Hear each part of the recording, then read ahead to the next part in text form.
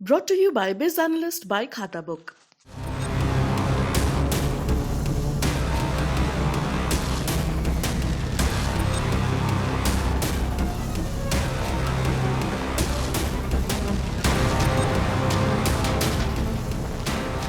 रूस और यूक्रेन के बीच टकराव के हालात गंभीर होते जा रहे हैं। रूस की सेना की गतिविधियां जिस तरह से बढ़ती जा रही हैं, उससे साफ हो रहा है कि जंग अब दूर नहीं है।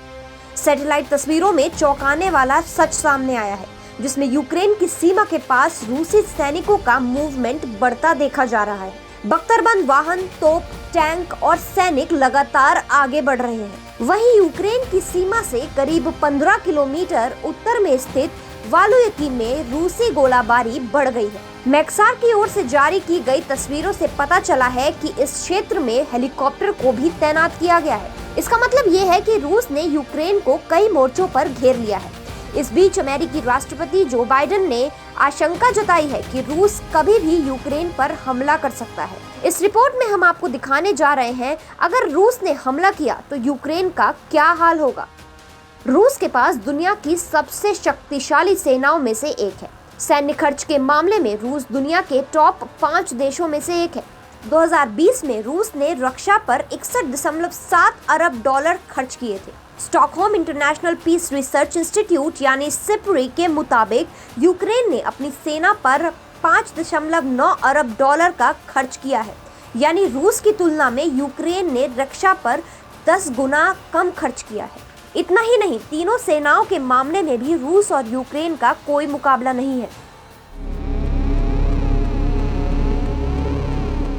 ग्लोबल फायर पावर के मुताबिक रूस के पास 30 लाख से ज्यादा सेना के जवान हैं, जिनमें से 10 लाख सक्रिय जवान हैं। वहीं यूक्रेन के पास 11,55,000 जवान हैं, जिसमें से 2,55,000 सक्रिय हैं। रूस के पास जहां 1500 से ज्यादा लड़ाकू विमान हैं, तो वहीं यूक्रेन के पास महज 67 लड़ाकू विमान हैं। अर्थव्यवस्था की बात की जाए तो रूस की अर्थव्यवस्था सबसे ज्यादा कच्चे तेल पर निर्भर है। रूस और यूक्रेन की अर्थव्यवस्था में करीब 10 गुना का अंतर है।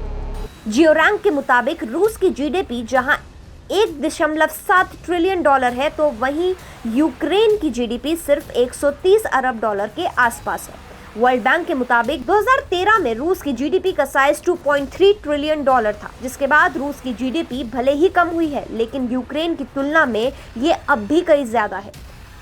आबादी के लिहाज से भी रूस और यूक्रेन में काफी अंतर है। रूस की अनुमानित आबादी 14.6 करोड़ के आसपास है, तो यूक्रेन की आबादी 4.6 करोड़ है। रूस और यूक्रेन के बीच विवाद की बात करें तो ये विवाद काफी लंबे वक्त से चल रहा है। अगस्त 1991 में यूक्रेन ने सोवियत यूनियन से आजादी की घोषणा की। उसी साल 1 दिसंबर को जनमत संग्रह हुआ, जिसमें 90% यूक्रेनियन ने सोवियत यूनियन से अलग होने के पक्ष में वोट दिया। इस दौरान क्रीमिया इलाका यूक्रेन के पास गया था, लेकिन बाद में क्रीमिया को लेकर दोनों देशों के बीच विवाद शुरू हो गया। मार्च 2014 में क्रीमिया में जनमत संग्रह कराया गया। इसमें 97% लोगों ने रूस में शामिल होने के पक्ष में वोट दिया। तब दोनों देशों के बीच संघर्ष हुआ और रूस ने यूक्रेन के क्रीमिया पर कब्जा कर लिया। इसके बाद दोनों देशों के बीच तनाव बना रहा। अब के ताज़ा विवाद की बात करें तो यूक्रेन नेटो में शामिल होना चाहता है, लेकिन रूस ऐसा नहीं चाहता है।